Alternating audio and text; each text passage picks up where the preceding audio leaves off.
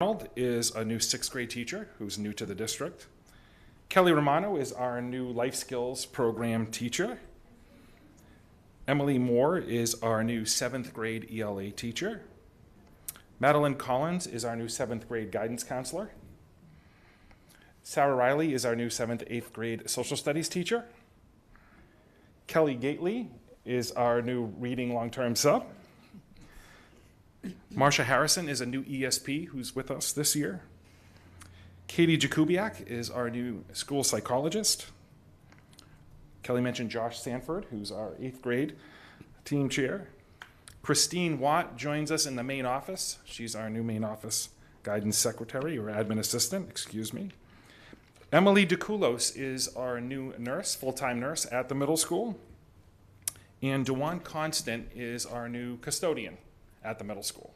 So we welcome everyone. It's been a great start so far. So excellent. Welcome, everybody. Welcome, everybody.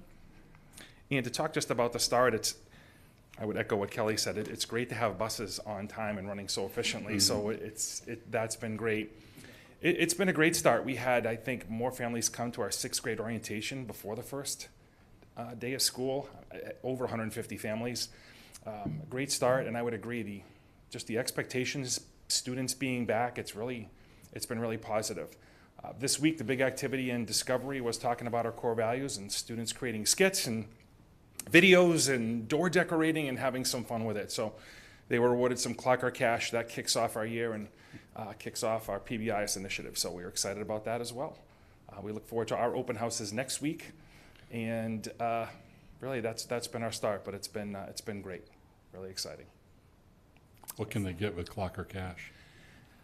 So each term, at the end of the term, varied things. Some things are more like homework passes, but we work with a PTO, and they're getting pencil, pens, rulers, you name it, to beach balls and other merchandise, some footballs, some fun things in there as well. It's not all pencils, pens, and rulers, but students head down there with their cash. It's a very, very big event. They get very excited, so as they should. But it's a way certainly to get them to learn about our core values and get excited about doing the right thing and modeling in our school. So it's a fun way to kick it off that first week of school. Yeah. Excellent. Thank you. Right. Thank you, everyone. And we'll go to the Mendez School. Ms. Jenna Lareniga. Of course. Hello, Jenna. Hello, good evening, welcome. Thank you for having me.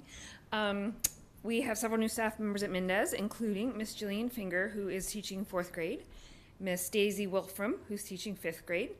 Claudia Bialzak is a new special educator. We've got Mr. Andrew Nickerson, who we are sharing with the Warren School, who is a school psychologist. We are welcoming to our office Miss Jamie Giles. And in special education, we also have Chris Silva with us. Nicole Walker is an ESP, and Susan O'Connell will also be a new ESP for us. I think she came down from the middle school. Linda Chonsky came up from Warren. She's new to Mendez. And recently added to our ESP team is Saroj Kashwan and Karina Singh. So those are all of our new people. The school year has started off really, really well at Mendez. It's been completely amazing to see the kids after being there for July and August with it empty. And the spirit is really something that you have to experience to capture. We had our first community meeting yesterday where we came together and the kids shared a little bit about Brazil and some kids shared a little bit about empathy, and it was a really strong start. So we're thrilled. I'm thrilled to be here. It's been wonderful so far, so thank you. Any questions for Jenna first before she runs away? Right out the door. Yeah. Do you feel like you've been here forever? No, because there's still so much to learn. Yeah. But, good. yeah. Well, welcome. But long enough. Thank you. Yeah.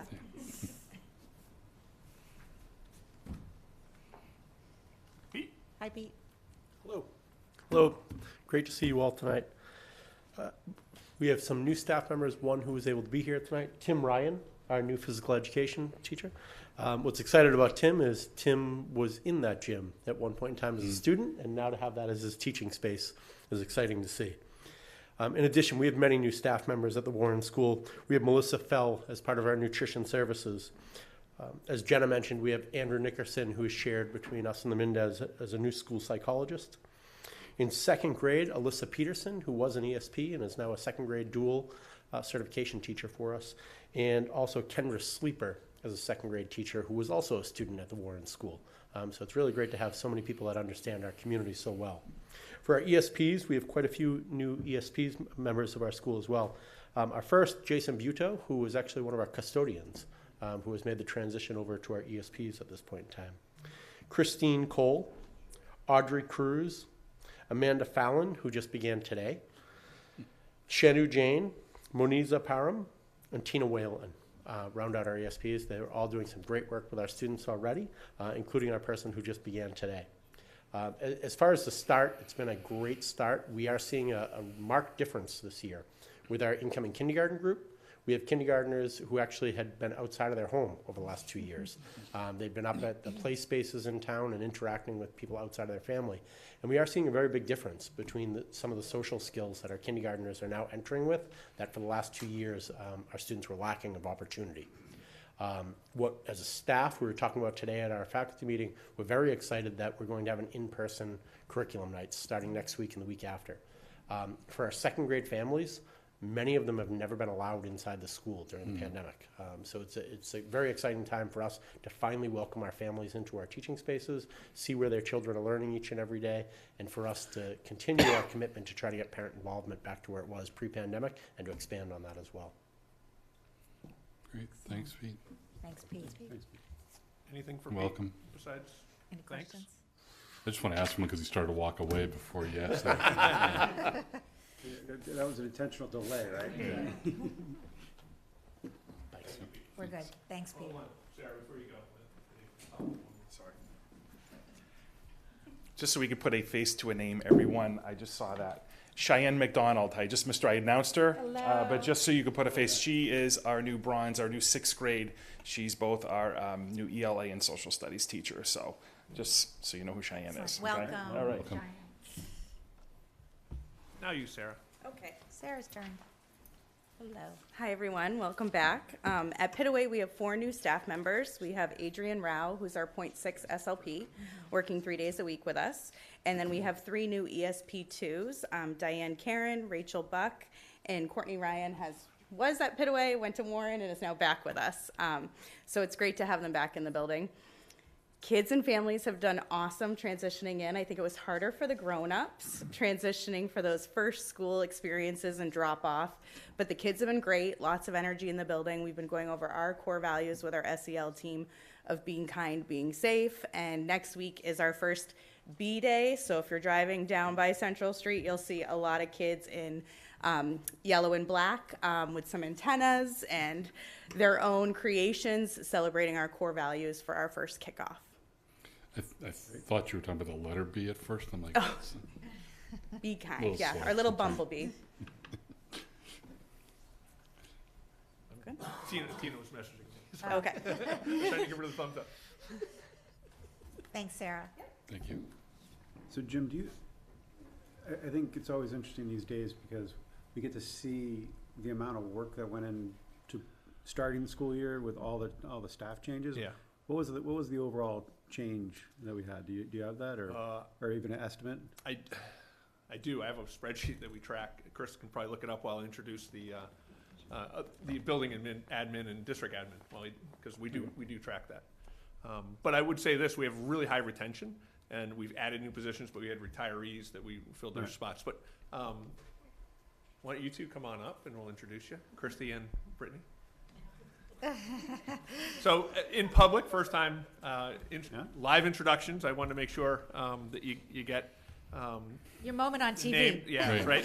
So first is Christy Arnold, who's our Director of English Language Learners. And if you just want to give a brief introduction to who you are, but also everyone's showing me things at the same time, and how things are going in the department. That'd be great. Sure. Yeah. Hi, everyone. I'm Christy Arnold. I'm happy to be here in Ashland. I came from Natick in a similar role. Things are going great. I'm spending most of my time getting to know everyone, the principals, the teachers, building administrators, lots of people to learn the systems. And as you all know, the EL population in Ashland is growing. So I'm trying to get that data and numbers accurate so that when I come back at some point to give you a true update, I'll have that information. Awesome. Well, welcome. Thank you. And glad you're having a good start. Yes. Thank Welcome aboard. Thanks, Christy. Thank you. Welcome. Oh, where'd you go? And Director of Student Services, Brittany Smeltikoff. Hi, Hello everybody. again, Brittany. Hi, how are you? Wasn't really prepared to speak, but Yeah. here I am. So We do that. We put it's people okay. on the spot. You know, and hey, nothing yeah. much I haven't read in. So Won't be the last time. I kind of echo everything that Christy has been saying. I've been spending a lot of time with building principals and admin and in the programs trying to get to know our staff and students. Next week, I'm spending some intentional time at Mendez with Jenna and her programs and just being, I guess, an additional hand to just provide any support and develop those student relationships because they're so important to me. And I feel like unless you're in it, you can't really have a full understanding of what it looks like. Kind of looking to outline some systems internally to see where we can establish consistency and process for, I think, all our incoming team members who don't really always have the best idea of where the most efficient time or place is to start. So great administrative assistants in my office, Colleen Brewer and Linda Lee, who have just been incredible in terms of support and going above and beyond. Awesome. Well, it's lovely to see you again. Thank you. And I'll introduce the other two directors who are here. First, Jen Cutler, who's Director of Social Emotional Learning, which I think everyone has met Hi, her Jen. before. We know you. And then Esmer Casas, the Director of Communications and Media. Hello, Esmer. So we've introduced everyone as part of the team. So thank you. So to answer your question, based on the spreadsheet, we had 28 teaching staff hires, and then we probably had another 10 or 15 paraprofessionals, ESPs, not including custodians as well. So probably 50 members were hired over the summer. 50 new, and then there's some moves as well. There's some moves within that, yeah. Yeah. So it's a moving target constantly. We still have probably 8 to 10 positions that we're still looking to fill in terms of mainly paraprofessional positions, and we have 2 teaching positions that were open. I think Dave, I don't know if he closed the deal yet on one of them, but he hopes so. Not yet, but so it's really the length of time it takes to fill our staff out. And when you read the Metro West Daily News and you look just one town over in Framingham, when they start the year with 60 plus staff members not filled, kudos to our team for the work they do to get in front of kids. It's great. Jim, what was the net in terms of just new positions that we created this year? So obviously, the vast majority of those, I assume, are filling vacancies.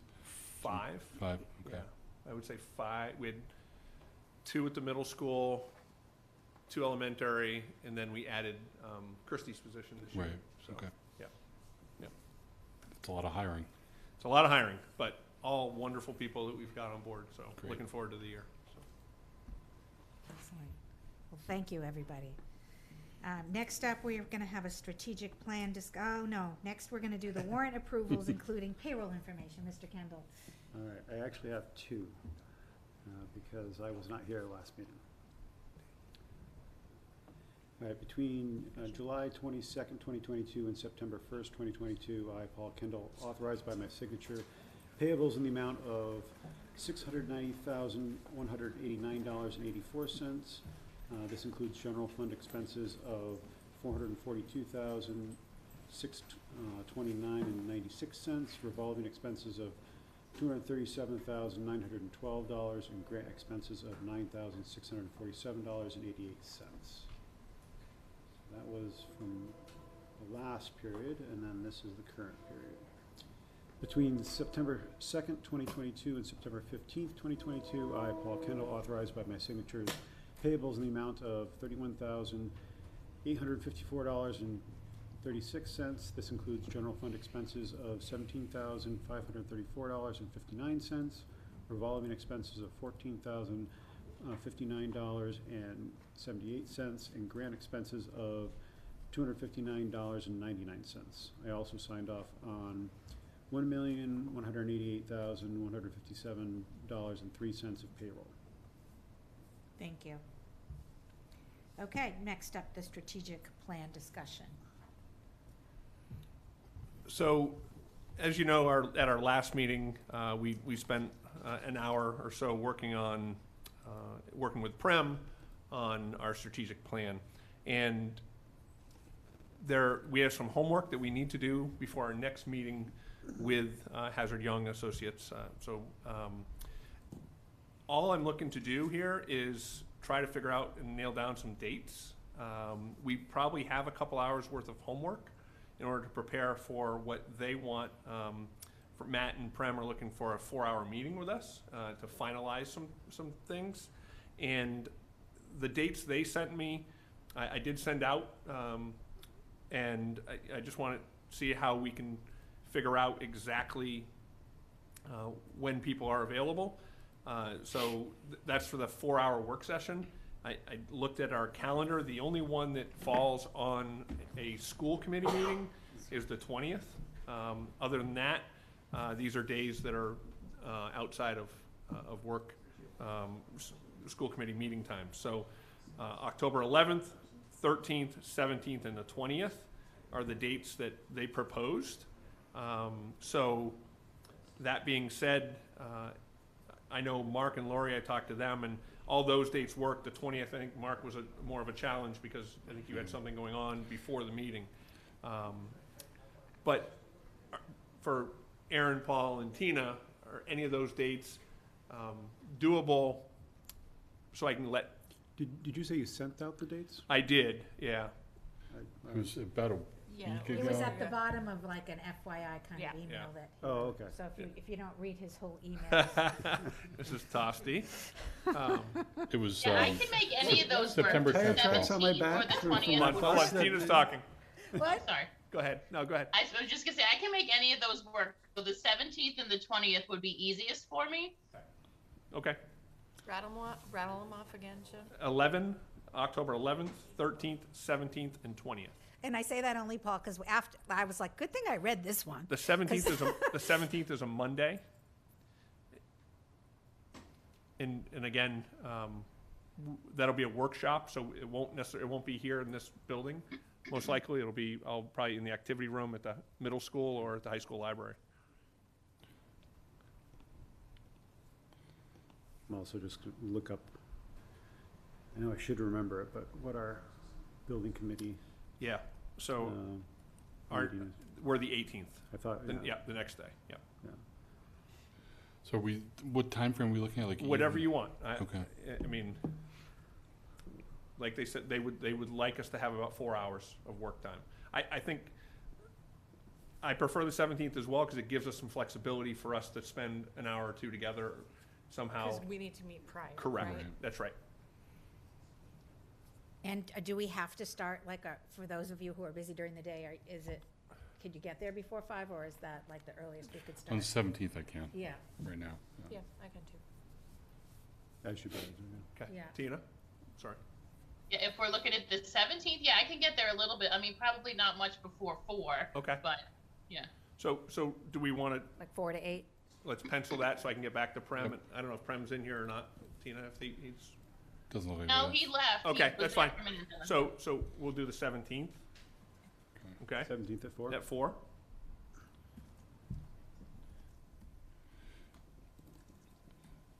You'll let us know where that's going to be once you Yeah, you fix it. I'll arrange Post it, logistics, and everyone at this table's invited.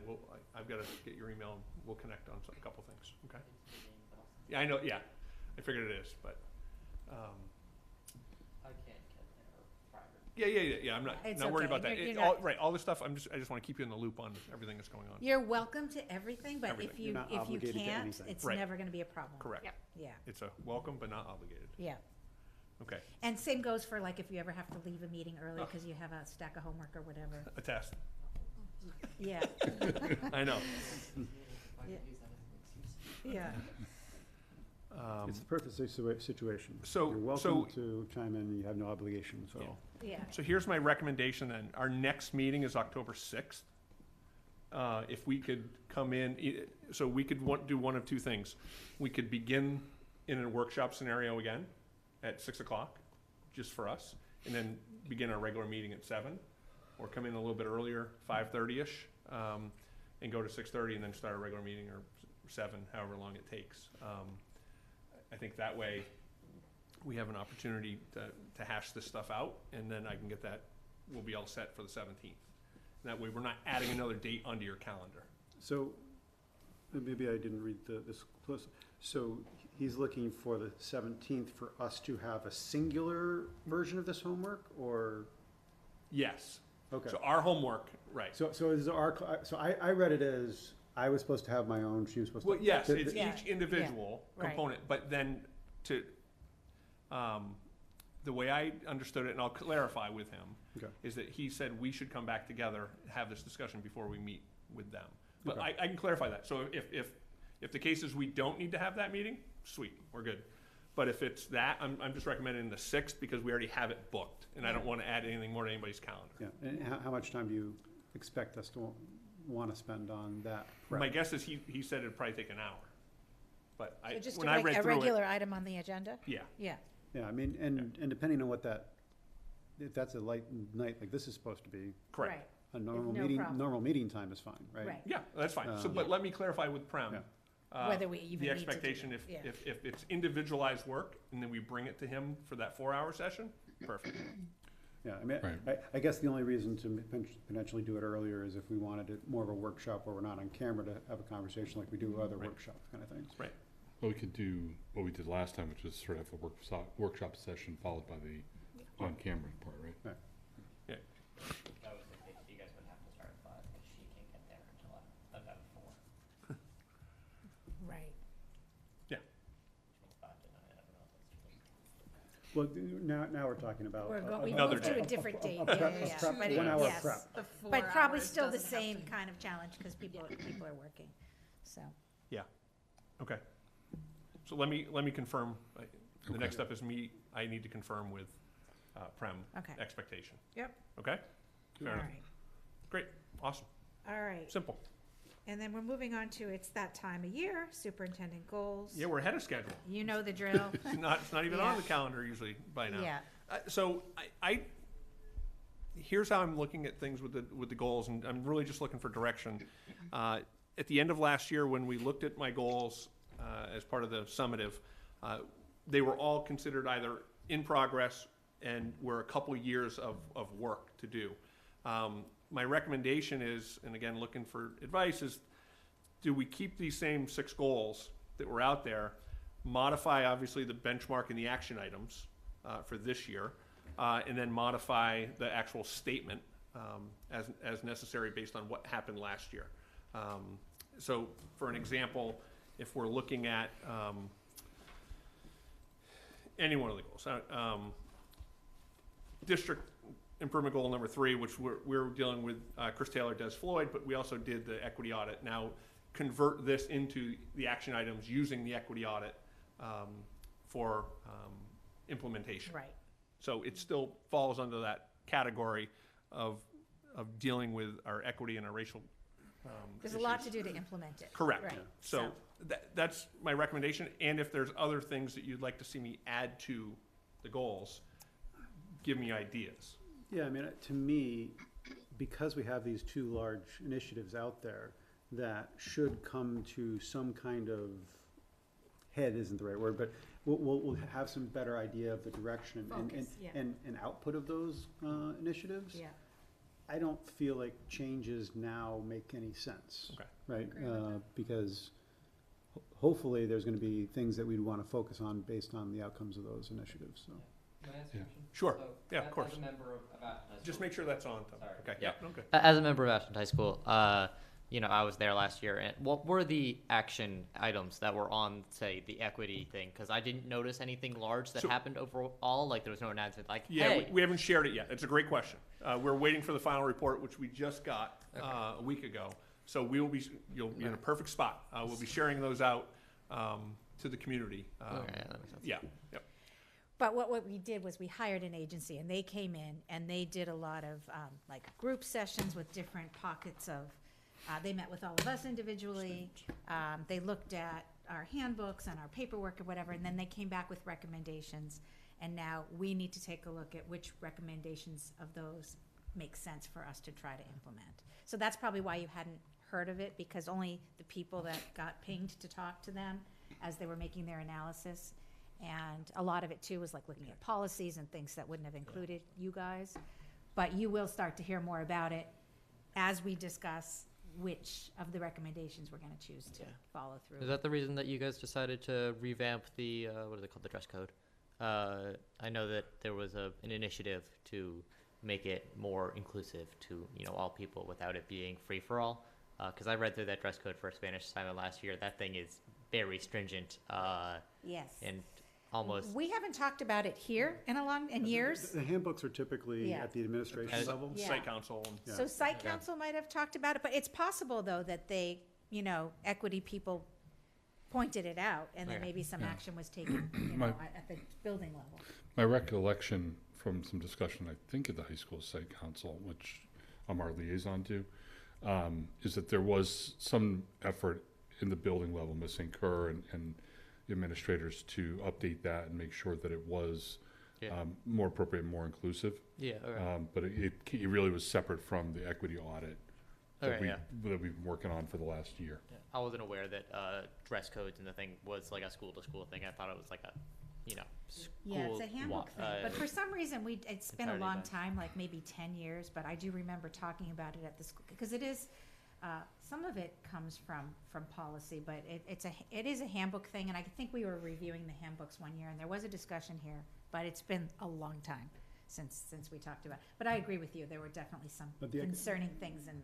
Yeah, the equity audit, the draft we saw before did have a few things that were in the handbooks. A lot of it was cleanup, like there was some contradictory things and things like that. But there'll be some, I'm assuming there'll be some action items that are related to the handbook out of the equity audit. And you'll have a chance, Tommy, to be part of those discussions, because that's a lot of what we're gonna be doing. Yeah. You know, when the superintendent sets his goals, that's gonna be part of it. We'll talk about which of the recommendations we want to implement or that we can realistically implement. And so you'll have a voice in those discussions. Yeah. And just to catch me up to speed slightly, I did do the district-wide survey that you guys sent out like the day of school. I don't know. Yeah. There were technical difficulties with it, but I did take it. We heard. We heard about that, yeah. Sorry.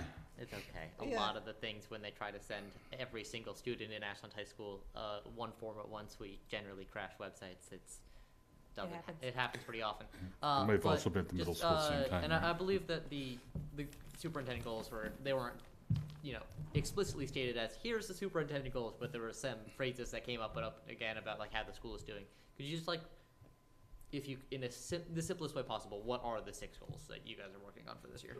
Well, So these would technically be last year's goals, but we decided at the end of the year that they're big goals that take years to fulfill. Yeah, of course. So they're ongoing. So dealing, just Yeah. give you a higher level. Jim, before you, Yeah, I mean, just, what Mr. Adams is looking at is a set of goals for himself, as Okay. superintendent. Not for the The school committee also has a set of goals that are kind of overarching and broader, sorry.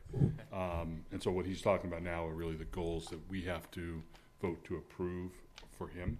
Okay. But they fit under and are consistent with what we've looked at, so And- it's a little bit of And difference. what Yeah, you were at the end of doing, the year, he gets evaluated based on how he did with the goals. And I assume you're familiar that, so we're responsible for hiring and reviewing a superintendent. Yes. So He these works under goals you are guys. our responsibility as essentially the It's what the managers. committee is asking him Right. to do. Yeah. And then we're gonna tell him at the end of the year how he did. but what you're referring to is actually part of the strategic plan. Yeah, That's our that's next the set of bigger- goals. So you were answering questions that were helping the company we hired find the data to help determine what will be our next set of goals over the next 5 years. And if you look at it from the strategic plan, the blueprint, or whatever we're calling it at the time, that's kind of the governing document, the goals for the schools, filter on that. His goals should all feed up underneath that and be able to tie back to that strategic plan or blueprint goal. So we have lots of Lots of goal different documents parts. around. Yeah. Then I guess I can rephrase my question. As the board, what are y'all's goals for, you probably don't have them for this year, but what have they looked like historically and, you know, what is the plan? He's gonna tell you. Well, these are mine, Yeah. but the board, I mean, so from our lens, we're working on literacy, Okay. especially at the K through 5 level, right? That's a continued goal. We're working on social emotional well-being, focused mainly through the middle school and the high school. The developmental relationship survey, implementation of that you took last year. We're looking at,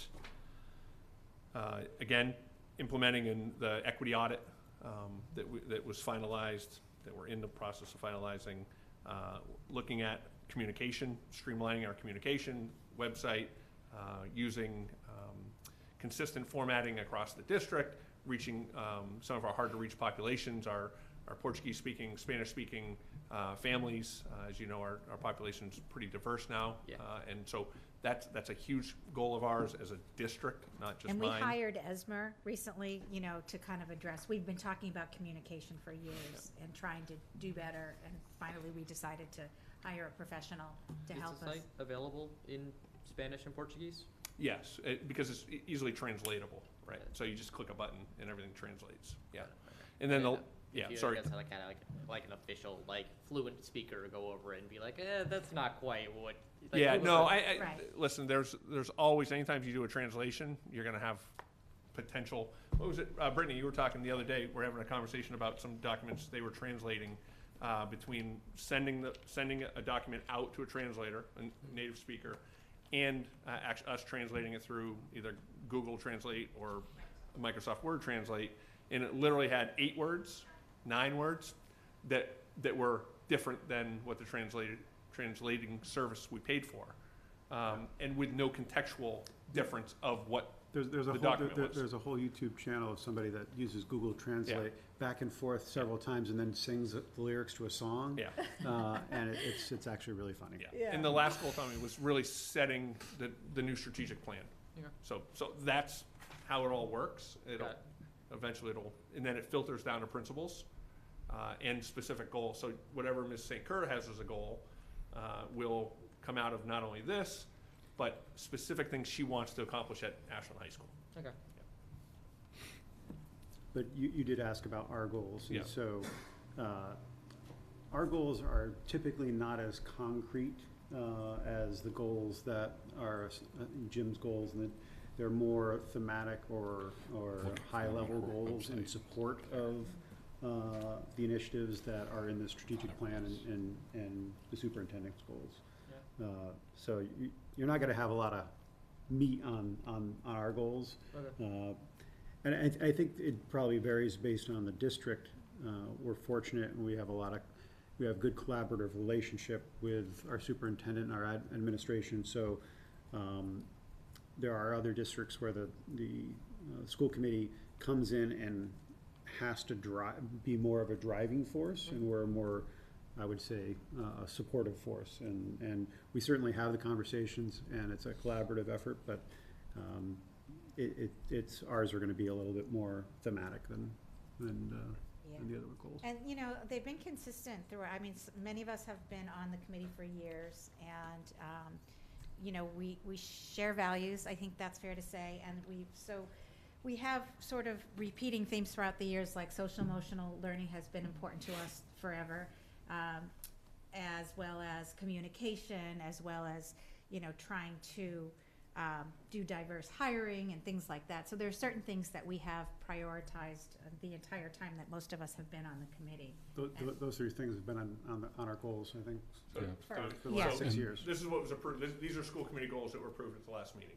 Got it. So those are the types of things that higher order thinking, higher arching, greater, you know, strategy type things, and then we implement as we go through. Excellent. And Tommy, this committee, the Academic. school committee is responsible really for only 3 things. One of them is, we've been talking about it, we hire, fire, evaluate a superintendent. The other is policy. We're responsible for all the district policies, and we have a policy subcommittee, so the smaller group of us will get together and decide, and we're gonna talk about a, you know, pet therapy policy tonight. So we review policies, we write policies, we change policies, and we also do the budget. And that's a big deal. You know, you won't hear that much about it for a couple months, but then from that point on, there will be several budget meetings, and we decide, you know, how to spend the budget that we get from the state and the town. And sometimes there are things that are already set in stone for us, like if the salaries are already decided that year, we don't have to do too much thinking about it. And then other times we have like details that are we gonna hire a teacher there? Are we gonna buy books over here? So those are the only things that we're responsible for as a committee. Jim, can I just ask that those goals get posted to our website? Yeah, I was just looking at it first Okay. as I went. And Yeah. didn't see I them did there. too. Yeah. That's fine. It'll be done tomorrow. Perfect. Thank you. Yep. If not tonight. So kind of like a bit, you know, if you think of a business structure, like there's the vision and the mission, like all the way at the top. And then we kind of set the values and the, you know, we give the superintendent and the administration our thoughts and requests about things that we want to prioritize. And then Jim's responsible for then doing the work with the administrators. That's not something that we do. We don't involve ourselves with anything that's going on in the buildings. So it's kind of, if you think of a corporate structure, Yeah. parts of it work the same way. He might not have worked there yet. I don't know. But he's smart, so he We're knows. like the board of directors of the Yeah. company. and- Right.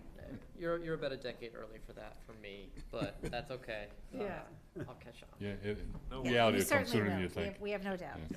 All right. All right, next up, approval of therapy dog, Ashland Special Education Department. And we have Brittany Smeltecup, I don't know, policy So- IMG. Yeah, so animals in let me school. just give you the frame of reference.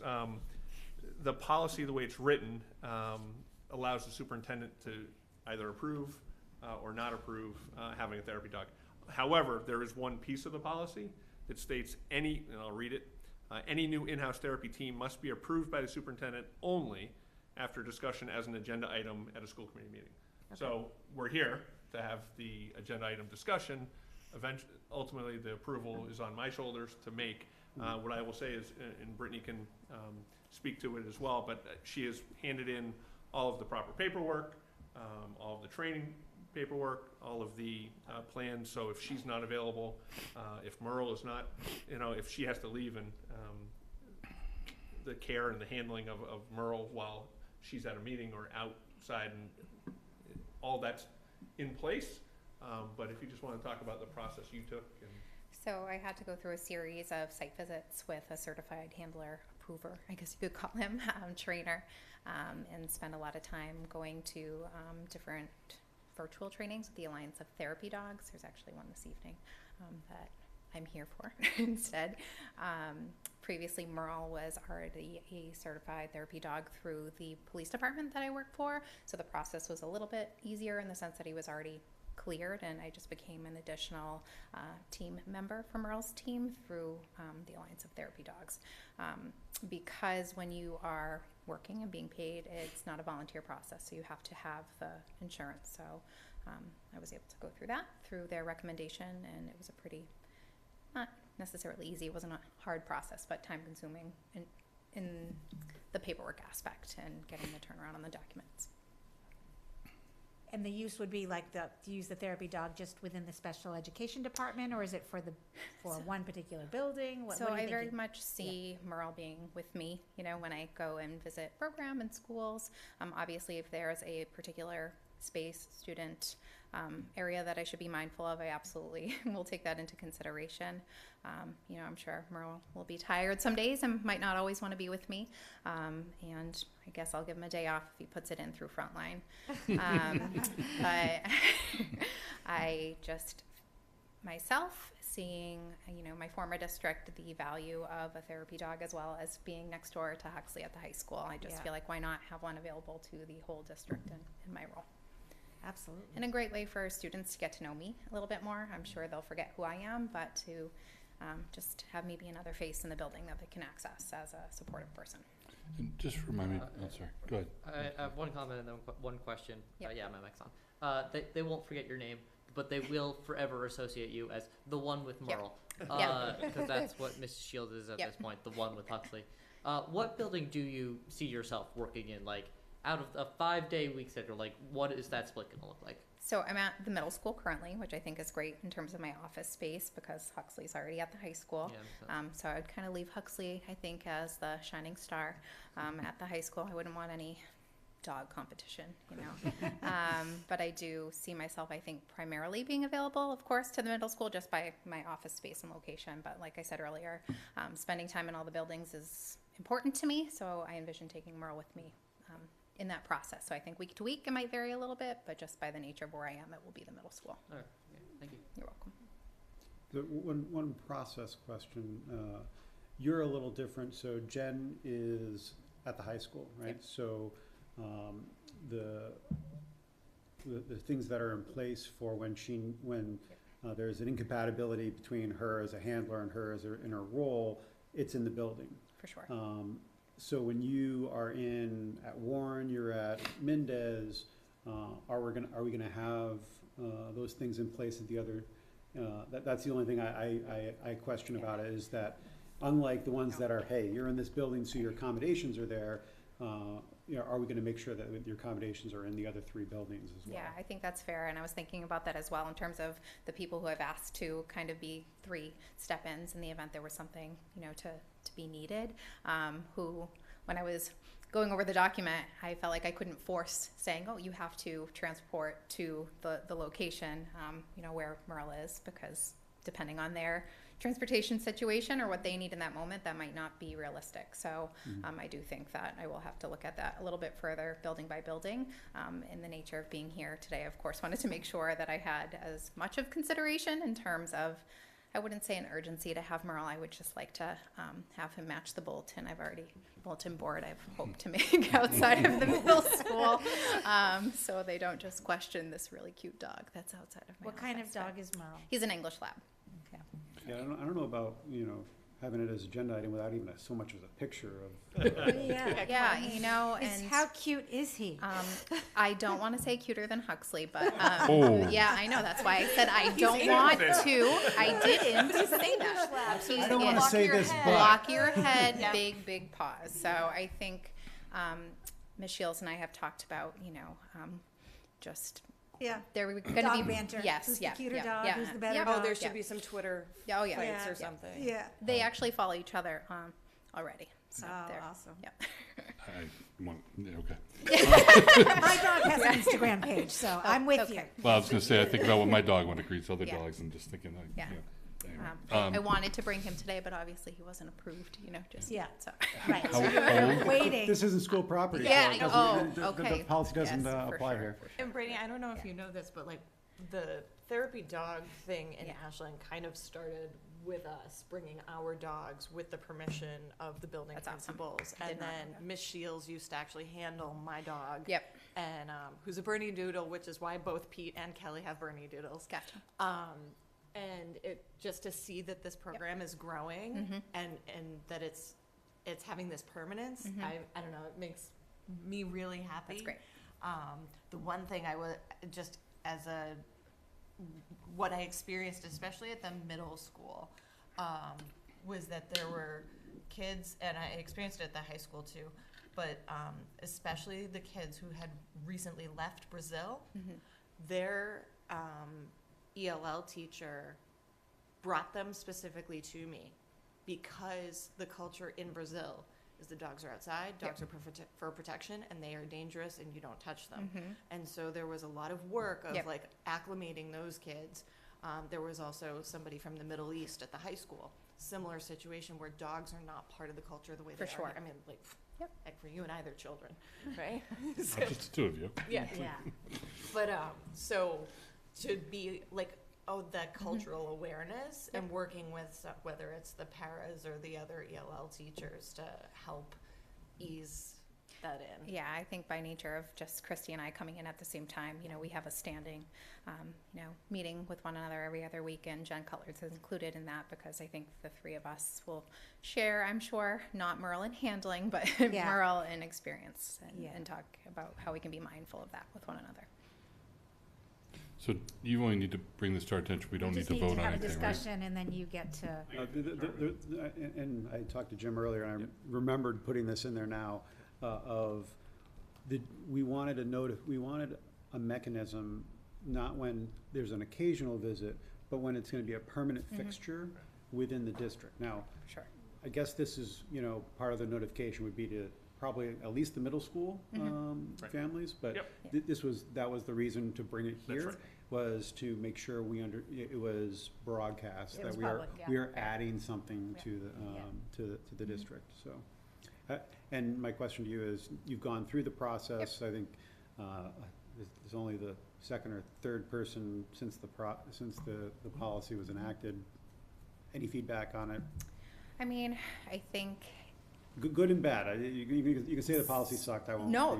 I think it was very easy for me to follow. I think, there was one document I forgot to share out with Jim until he said, "Oh, I think you're missing this," and I said, "Okay, you're correct." Easy in that piece. I think depending on where you go, the nature of the animal, and who is observing you in the visits, which is obviously not something that you can control, it can be more complicated, I think, and fair, because it's an animal going into a hospital setting, a school district, anything along those lines. So being that Merle has already been, a police officer, I think he was ready to go. So how old is he? 6. I was going to live till 23. And in that role, he was used as a therapy dog. Yep. In that role, not some other. No, not a oh my policy goodness. thing. Nope, for Right. same purposes. If Merle ever needs to tap out for the day, you can call me and he can come hang at my house with Gus. I like that. Appreciate it. Yeah. Okay. Well, Thank you. Gus got, like, there were some days where Jen was like, he's tired and he's had enough, like, and like he would be exhausted, like it was hard for him to do multiple days in a row, Yeah. and so.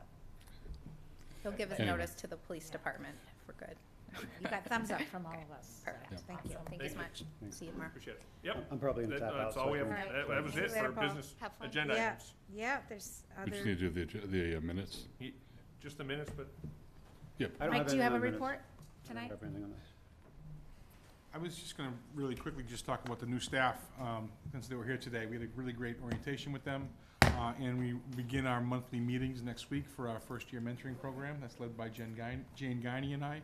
And we're also, once again, partnering with Mendon Upton and Milford Public Schools for our Year 2-3 mentoring program. So that's going to be taking place, first meeting will take place in October. We'll be hosting folks from Mendon Upton and Milford, and we're doing learning walks throughout the district. So it's a really awesome opportunity for us to collaborate with 2 other great school districts. So we're looking forward to that. And that's it for today. Well, mention yeah, that I didn't want to do too much because not I too know- much. Okay. All right. Also, we had our first meeting. One of the major goals that I have this year with Jim is for my assistant superintendent goals is to work to improve our tiered systems of support and our processes for identifying students who are in need of intervention. And one of the major parts of that process is going to be to revamp the district DCAP and BCAP. Something that hasn't been done Just, can you since. say what those I'll terms get you. are? Okay. Something that hasn't been done since 2017. So what that is the district curriculum accommodation plan and the building curriculum accommodation plans. We need to make sure that those documents are in place and updated and produced for public consumption. And it's something that I feel like we've lacked a little bit in the last few years. In fact, many people don't even know they exist, but they are documents that are on our website and they're publicized, and it's part of Mass General Law to also have these accessible to our teaching staff and to parents, and they need some work. So our APs, our deans, Jen Cutler, Brittany, and Christy, and myself are going to be meeting regularly to really make these great usable documents that will become part of the regular vernacular in Ashland. So we're excited about the work. It's going to be a lot of work. I think that at our first initial meeting, we realized the task that is ahead of us.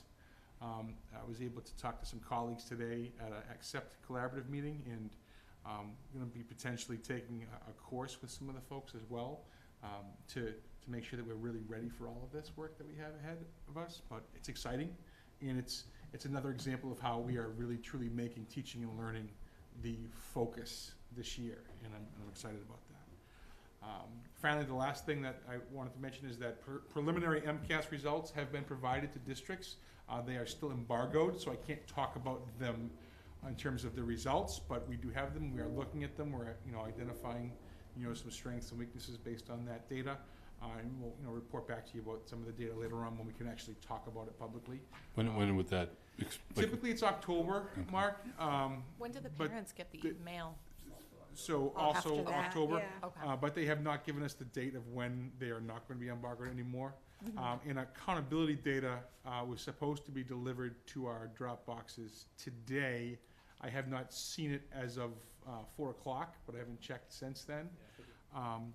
But again, that also is embargoed until we're told that we can, make it public. Thank you. Any questions for Mike or anything? No? Jim, did you have any? Just real Update. brief, a couple things. One, we're seeing finally stabilization of enrollment, over the past week. As you know, I track it daily. But over the past week, we've sort of gone from, 1 to 3 to 5 kids for the week, in or out. So it's pretty much stabilized. As of this morning, we're at 175 kindergarten students, which still is pretty shocking. NESDEC predicted 195. We're at 2814 overall, which is down 22 students compared to how we ended last year. There are only 2 grades, sharing this with the admin team, we only have 2 grades at the, in the district, K through 12, that are under 200 students. It's the senior class and the K are both at 175. And it varies day to day. Say that again? Well, not technically. you are what's in the system right now. So If there are other kids randomly Yeah. wandering around, if they're let 'em random know. kids we don't know about, we gotta know about them. But You bring those 2 that's kids all- in. Yeah, I want to know who they are. Because, so every day. I Yeah. got the So- official class list today from the office at the high school. Right, which so the office stated is- 177. Yeah. Yeah. So the Apparently office 2 might of be those different kids than what's don't in exist. the actual Department of Ed. So, which is they can lag. So at Say, times, his number's better for funding, It Yeah. could be, but there's a lag sometimes when we have students who have withdrawn as well. Yeah. It's not in the system, or it doesn't get relayed to the main office. Depends upon where you got the information. Right.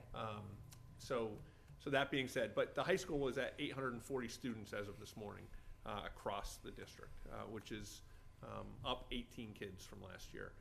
So it's, the numbers, still concerned about 2nd grade and 8th grade. Those are our 2 numbers, 243 and 244, very large classes across the district. So we, again, adding a couple teachers to the 2nd grade was the right thing to do. They're still at 22 students across the grade level. So as we continue, you said the budget, Lori's something that we'll be talking about in a couple months. Well, we actually started that conversation today with the admin team, Yeah. thinking about their staffing, but also potential enrollment concerns. I'm really fearful that next year's 1st grade class is going to jump up by 25 or 30 kids. So the kindergarten class will be at 200. Because So we it's- usually have that bump of like the private kindergarten. It's usually only 5 to 10 kids Yeah. max. Over my 9th year as superintendent, we've never seen more than 10 kids, with the exception of last year, the 8th grade, right? Or 7th, it was in the middle school. So we'll keep an eye on that. Our ELL numbers are going to be almost close to 300, according to Christy. So Jim, before you go to that, just, Yeah.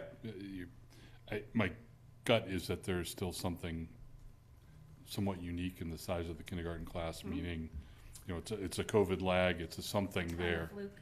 Yeah, Yeah. there might be parents who just decided that, to Redshirting. Aaron's point, that they're either in private kindergarten for the first year or somewhere else, or being held back, whatever the cause might be, and so I think your fear about what next year is going to be for that class is appropriate, but I'm just curious as to whether or not you have either anecdotal information that you talk to college superintendents at other districts that see the same gap, or is it maybe just us? So the problem with Excuse me. with the comparables, there are only 2 districts that are growing, right? It's us and Hopkinton over the past 5 years. Everyone else is shrinking, and in terms of overall enrollment. So the struggle talking, and I've had this conversation. Jeff Marsden, who's at Medfield, he said same thing. Maybe the red shirting. He's experienced that in Medfield. That those kindergarten kids who are on the cusp of the younger end, families are holding them back an extra year, getting another year of pre-K, and or doing a private. So that's what I'm concerned about. I think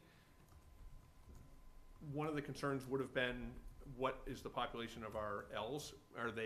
Do they know to come in and register? And we've had a high percentage. So the percentage-wise is consistent with what we would expect for our L population. So I'm not worried that there are families that are holding, don't know that they should be enrolled. One of the things we talked about as well is hosting a few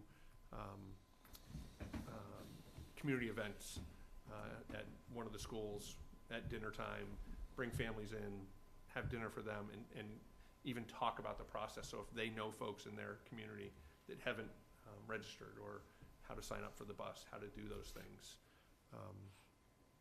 that we can get them. So we'll see.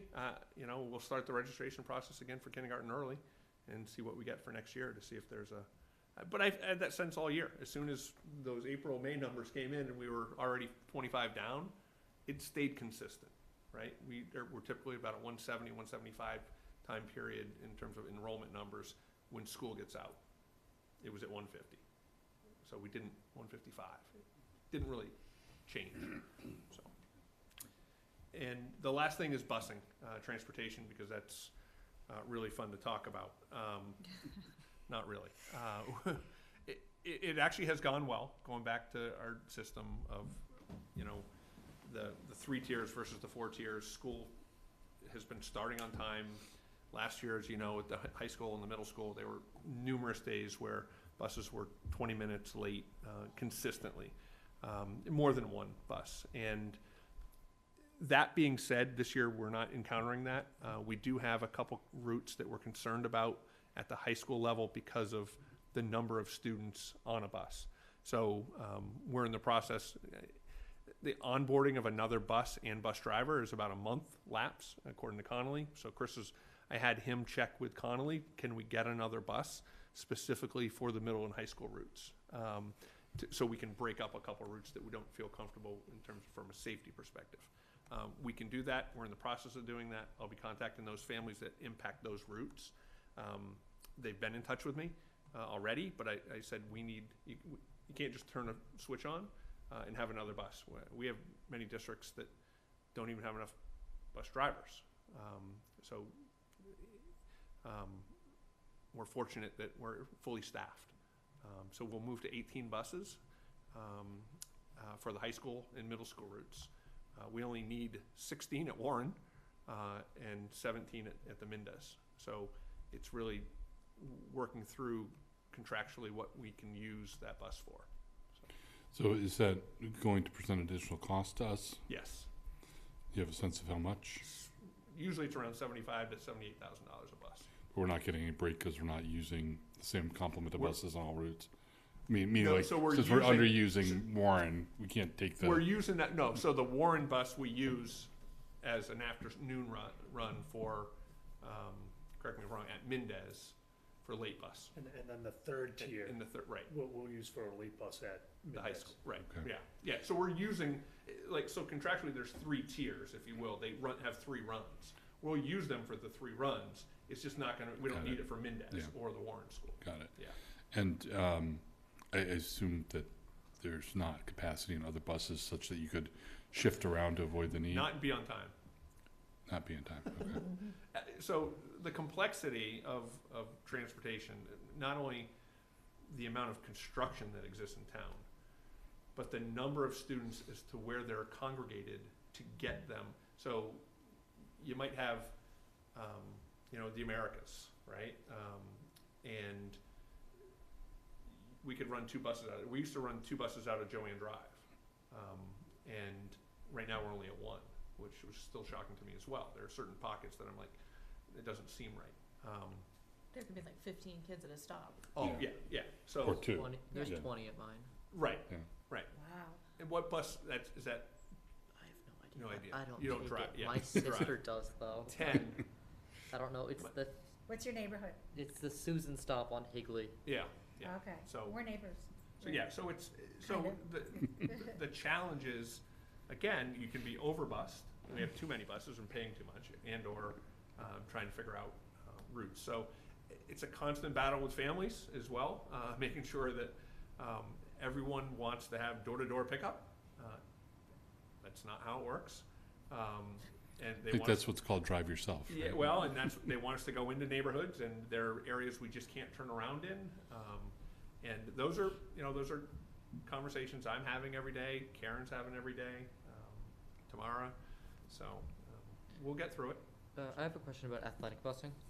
Is that part of that package of the 3-tier system? Is that separate through Colin? It's separate. Yeah. Because Is that getting And better? no, that's not getting better. That's the problem with busing and transportation for athletics. Again, there aren't enough drivers, and there aren't enough buses to get students to. So we need 18 buses for the high school, middle school, after school, or during school, right, to get them home.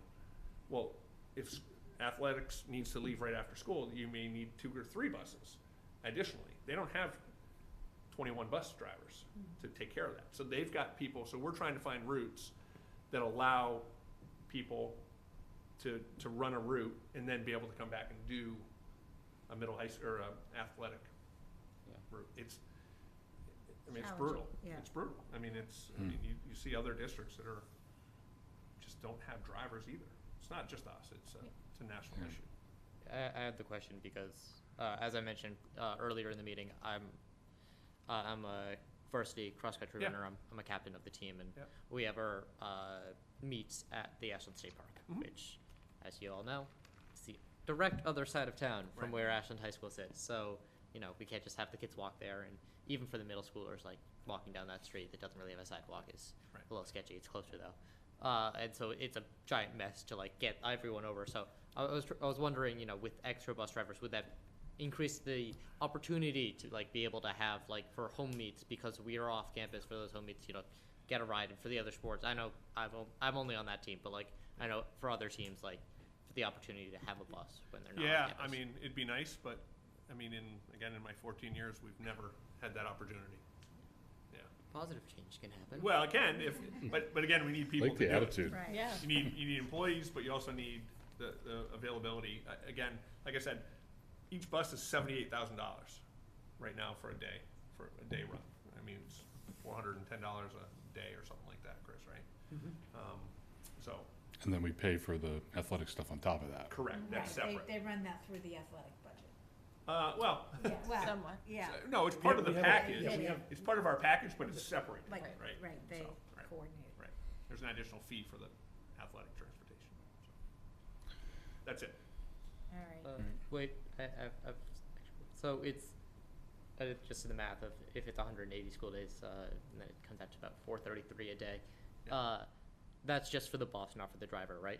So we don't own the driver. The driver, it's a company. So, Okay. So it includes the driver, whatever It- they pay the Right, driver. We pay a fee to the company. We pay a and they fee provide for the bus bus. and the driver, Okay. yeah. They are responsible for the bus. Yeah, driver. no, my question is, like, people pay for bus passes, right? I don't know how much they are, because Not much. I don't personally pay for them. Yeah. Okay, so that doesn't cover it. Not even close. Okay, No, I- it's a subsidy. I mean, it Puts a literally. little dent, but that's it. Yeah. Yeah. Okay. I wouldn't even call it. It's like athletics. You pay an athletic fee. It covers. I mean, every year we're a couple $100,000 in Easily, in the hole for athletics. Yeah, I just had that question. I don't know how the finances work out. Yeah. I will No, it's a Yeah, good question. course of it. Good question.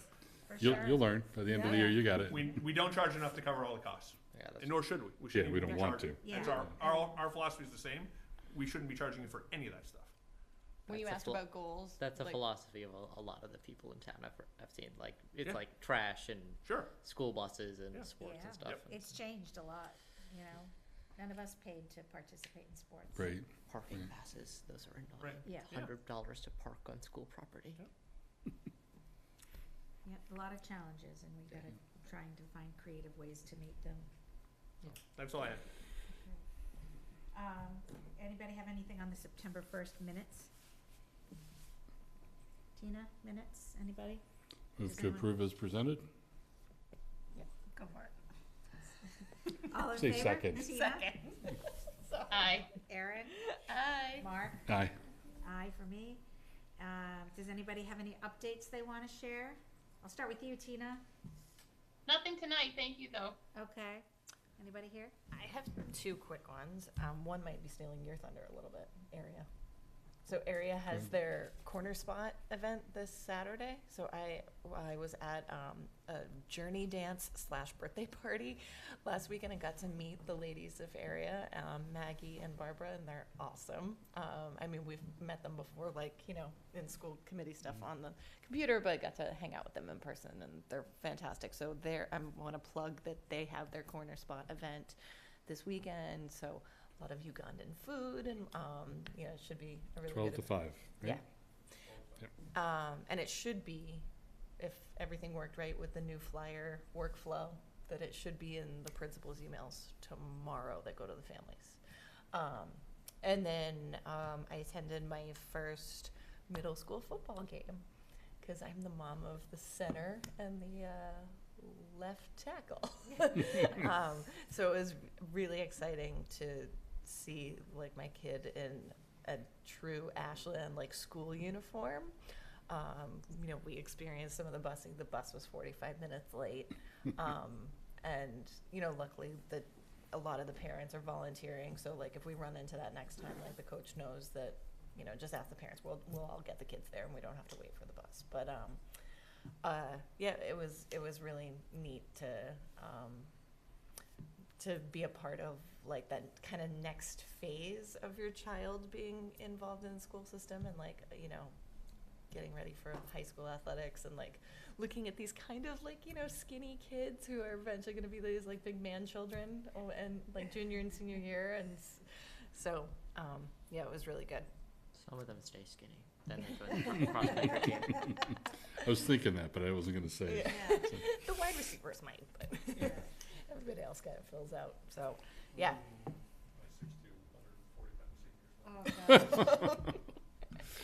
I don't have anything. You don't know. There's no Adams in the Ashland High School Senior School District. I know all of them. There's no last name Adams. I have a senior.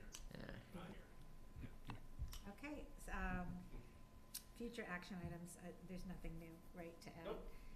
So I guess we're ready to have a motion to adjourn unless anybody else has anything to add. So moved. Second. All in favor, Tina?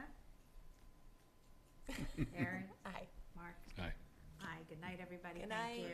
you.